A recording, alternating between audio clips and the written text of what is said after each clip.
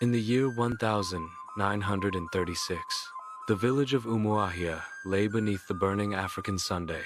Its people farmed the land, fetched water from the streams, and lived under the ever-watchful gaze of colonial soldiers who came each month to collect taxes. Among the villagers was Nneka, a young woman known for her laughter, bright and fearless.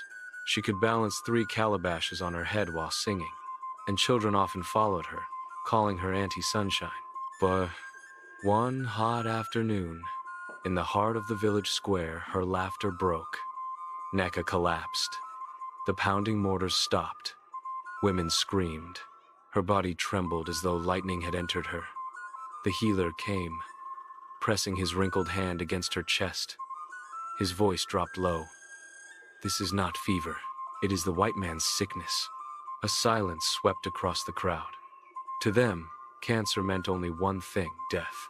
Her family wept. The colonial hospital was far, and money was scarce. Whispers ran wild. The white man's knife only kills. No one returns alive. But when her mother tried to stop her, Nneka lifted her weak head and whispered, "If death is coming for me, let it find me fighting." That night, a wooden cart was prepared. 2 young men pushed, her mother walking beside her with a calabash of water. They set out into the forest path toward the hospital. Owls hooted. The air grew heavy. At each bend, villagers warned them, "Turn back. Better to die at home than in the hands of strangers." But Nneka's voice, though faint, carried on. Forward, forward.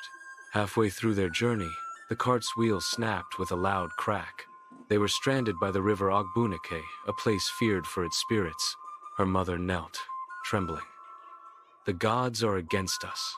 Then boots crunched on leaves. Out of the shadows came a colonial officer, his rifle glinting in the moonlight. His men followed, their eyes sharp. Her mother gasped, clutching Nneka. Was this the end of their journey? Would the soldiers turn them back or worse?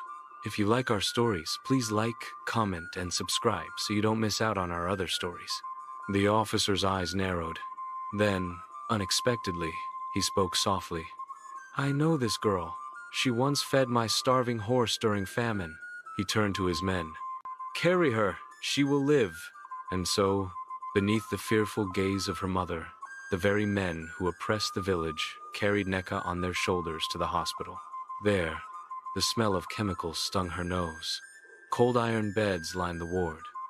The doctor, tall and pale, looked at her thin frame and shook his head. "The tumor is deep. Without surgery, she will not last a month. With surgery," he paused, "she may not survive the knife." Her mother fell to the ground, wailing, "Do not cut her open." But Nneka, breathing hard, whispered, "Mama, let me try. I choose life." The surgery began. The lamps burned bright. The sound of metal on bone filled the room. Her heartbeat fluttered, then slowed. Her mother prayed outside, clutching the soil in her hands. Then the door creaked.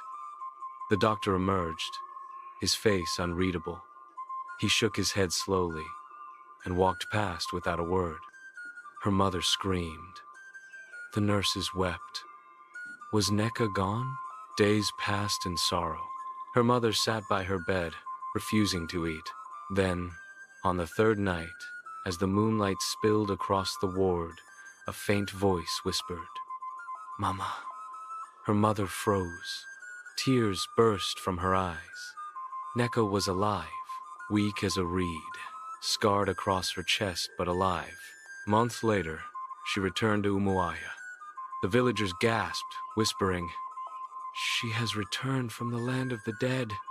Children stared at her scar. Some mocked her limp. Others feared she was no longer fully human. But Nneka did not hide. She gathered the sick, the weak, the hopeless, and told them, "This scar is not shame.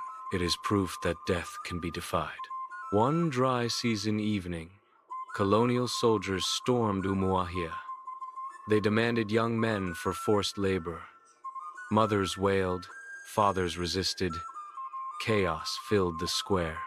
A soldier raised his rifle at a trembling boy. Before anyone could move, Nneka stepped forward. Her thin body shook, but her voice roared. I have already died once. If you must kill, kill me, but leave the boy. The soldiers froze. The boy sobbed behind her. Something in her scar, her fearless stance, unnerved them. Slowly, they lowered their rifles. That night, they left Umuahia without taking a single soul. Years later, the story of Nneka spread across villages. They called her the Belle of Umuahia, because whenever danger came, she rang out with courage that echoed in every heart. Not because she survived, but because she taught them this. Scars are not a curse. They are a crown of survival. The human spirit is stronger than fear. And as the old village bell tolled at dusk, dong, dong, dong, her people remembered, life is fragile, but with courage, it can outlive even death.